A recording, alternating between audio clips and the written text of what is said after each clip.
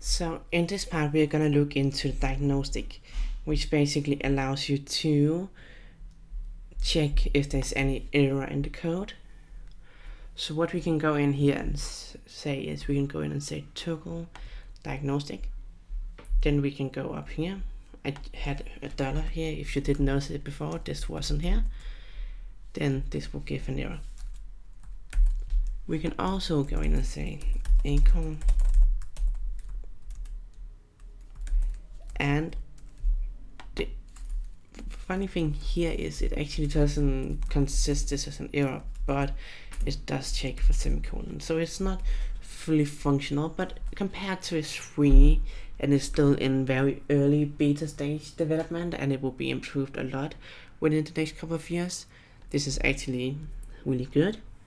So we can go in here and basically just check if there's any error in the code. And say return. And again,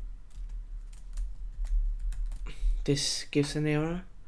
So you can see here, this will actually help you expect the errors we have here.